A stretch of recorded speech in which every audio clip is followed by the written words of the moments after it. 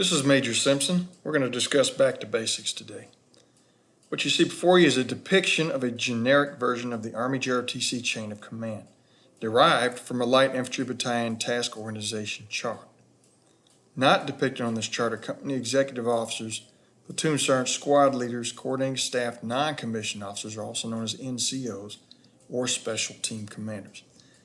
Special team commanders are not going to hold specific rank in our JROTC program. They will be issued particular colored cords to wear. But make no mistake, even if you're a higher ranking cadet and you're on a special team, that special team commander during training and events is in complete command and control of that event or training, regardless of what rank he or she wears or regardless of what rank you wear.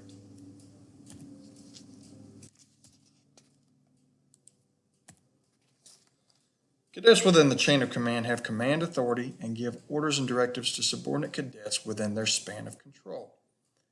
Cadets and the coordinating staff possess rank in line with their duties and responsibilities, but they have no authority over anyone but their immediate subordinates. In other words, if I am the S1, I have authority over the S1 NCOS.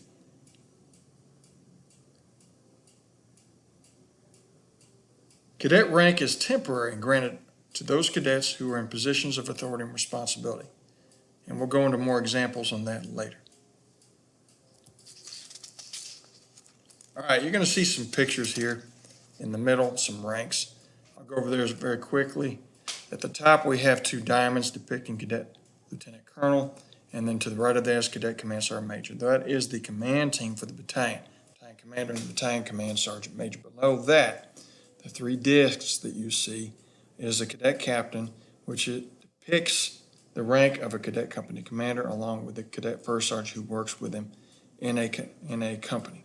Below that is Platoon. Platoon leader is a Cadet Second Lieutenant, and the Platoon Sergeant who works with that Second Lieutenant is a Cadet Sergeant First Class. And then finally below that is Cadet Staff Sergeant, which is the rank of squad leaders. Your coordinating staff is on the right. I kept them separate because we need to understand the coordinating staff is not part of the chain of command. Note, they don't command.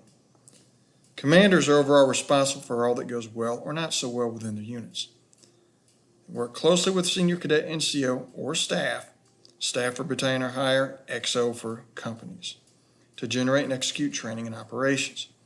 Counsel and evaluate subordinates often to ensure they know their duties and tasks expected of them. Now, counseling doesn't always have to be on paper.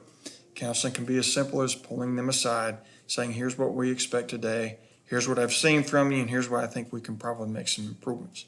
You put pen to paper initially only to show what you expect of your subordinates. In other words, here's what your duties and responsibilities are. Do you have any questions? Do you understand? And once all that has been done, then you get the correct signatures down. That's usually done on a DA Form 4856 counseling statements, which I will make available to those in positions of authority and leadership. Never lower position or rank over others, but strive to lead by example. Example, in this case, you'll never see me walk around saying, look, I'm a major. You need to listen to me. I don't have to do that. I'm in charge. You know it simply by the way that I talk. By the way I talk, how I know what I'm doing and what's going on next. If you're in charge, people will know it. Senior cadet NCOs comprise of what's called the chain of concern, with the exception of squad leaders who are actually part of the chain of command. In the Army, senior NCOs up to company level have much more time in service than the commanders or platoon leaders with whom they serve, so they act as primary advisors and assistants for their commanders and also as the primary trainer. They're also considered the primary enforcers of unit discipline and keepers of the standard. We emulate that here in JROTC. The battalion XO is shown as the battalion commander's chief of staff. He or she directs and supervises staff officers in the battalion in the production of plans for ongoing and upcoming training and operations, and follow-on after-action reviews. Company commanders do not have a coordinating staff, but they do have a company XO. Not depicted here, that would be Cadet First Lieutenant. The XO serves a very similar role within the company as a senior lieutenant, usually as a first lieutenant, every once in a while maybe a second lieutenant, but that won't matter. We're going to make that generic. All right, look at this. This is platoon and squad leadership.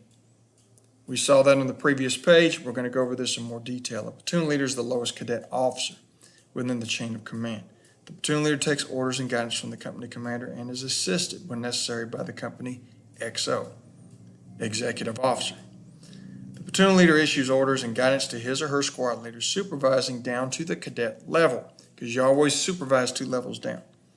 Platoon sergeants work closely with the platoon leaders as command team, enforcing discipline, ensuring the platoon leaders' orders and directives are executed to standard, and they also act as the primary trainer based off the experience they usually bring.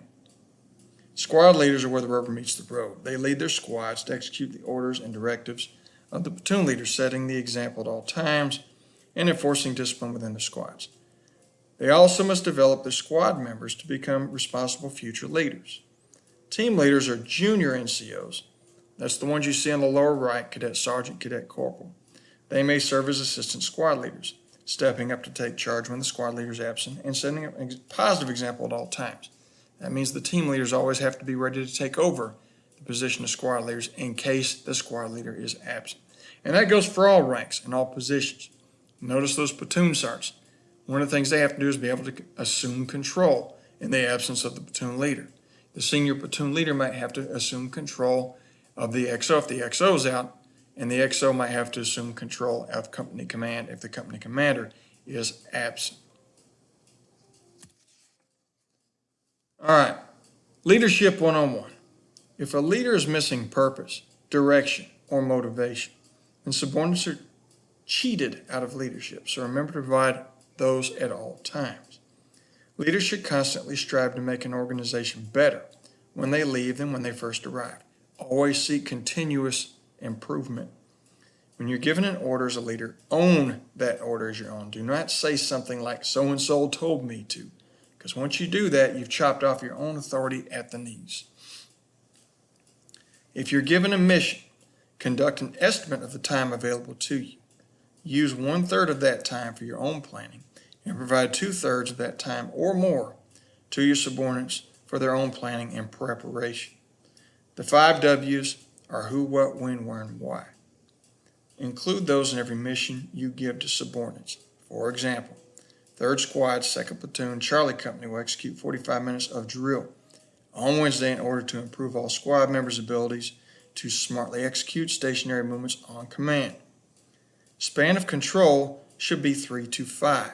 For example, the battalion commander directly commands her XO and 3 company commanders for a total of 4. A company commander controls a company XO and 2 to 3 platoon leaders for a maximum of 4 persons.